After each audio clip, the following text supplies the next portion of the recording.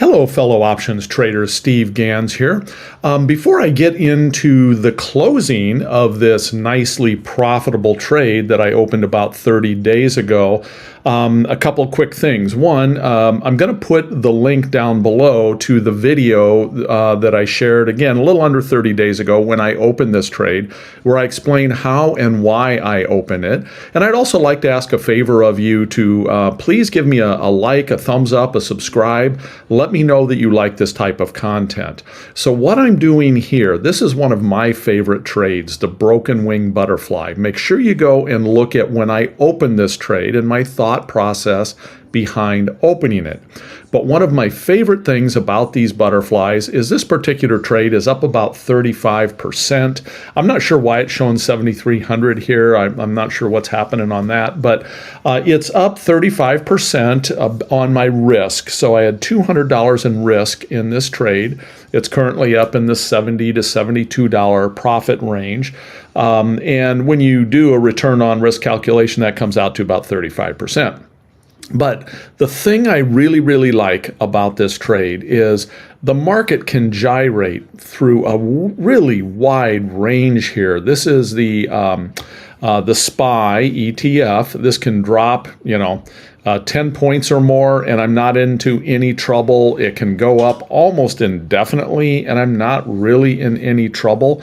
This is, of course, our P&L diagram at expiration, but let's see what it looks like here today. So if I come in and I dial this back to today, we can see this green T0 line. So that's our current P&L in this trade.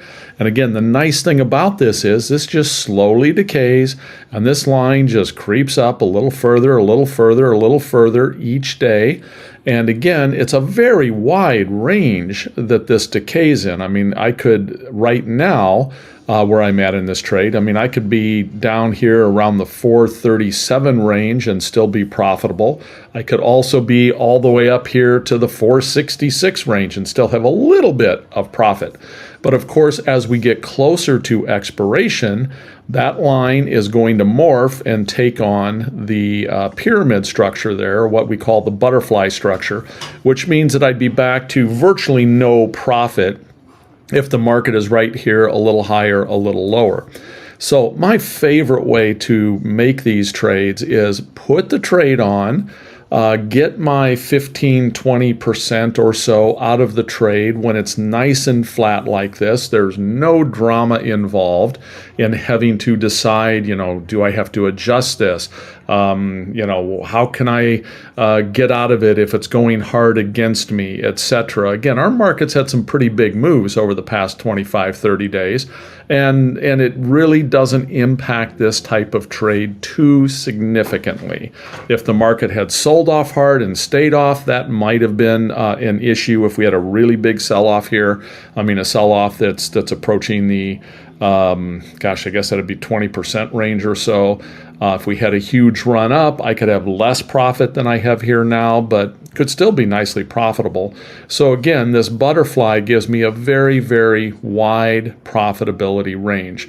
But what I do want to do, this thing has 11 days to expiration, we can see right here, is I really don't like to take these things to expiration, because the closer we get to expiration, the more gamma comes into play.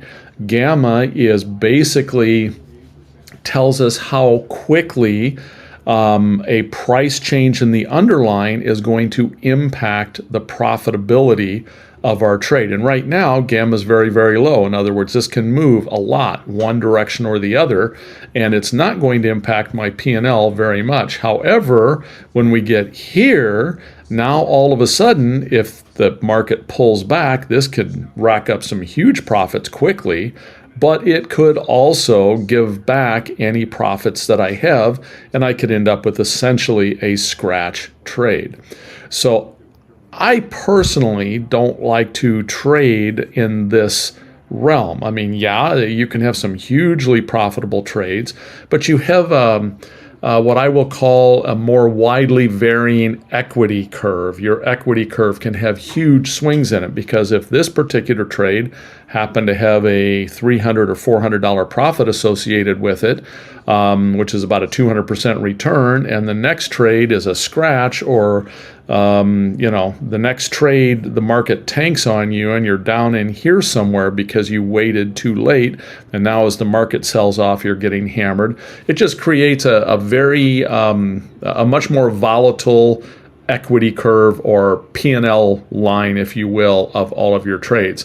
And I just look to get in my trades, get my 10, 15, 20%, sometimes more, depending on how I was able to enter the trade and what the P&L diagram looks like, and move on. And then in this particular case right now, I can get 35% profit on this trade, on my risk that I had in the trade. So that's what I'm going to do. I'm just going to go ahead and close this trade out. So I come in here to my save trades, come right here, and I simply, let's see, take that back. Come to save trades, hit the diagram right here, and just say close this trade.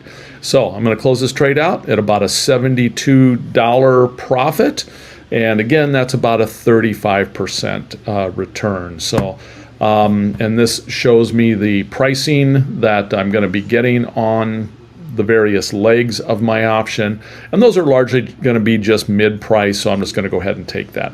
So that is the closing of this start to finish broken wing butterfly. Again, one of my favorite trades. I make these weekly. I probably have 6 or 7 of them on personally right now. I do them at various expiration points. They could be as short as 14 days to expiration. If in a real volatile market, I can do that. In a less volatile market, I tend to go out further in time.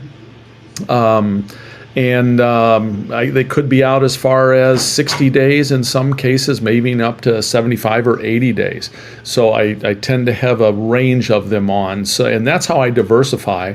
Because then if we have a big market move, all of those different positions, even though they're all trading the same underlying, in my case, I usually trade SPX, which is 10 times the size of SPY, because they all have different expiration dates, they don't all move the same. Some will be impacted more, some will be impacted less. Some will be easier to adjust because there's longer time left on them. Some will be tougher to adjust because they're closer to expiration. But again, more often than not, I try to do what I did right here, which is just pop them off when I get a decent percent return and not have to worry about them from there, and rinse, wash, repeat. So thanks so much, everyone. Again, please feel free to provide any comments. I try to answer questions if they don't go too far down the rabbit hole. And again, like, subscribe, and that's it for now. Thank you very much.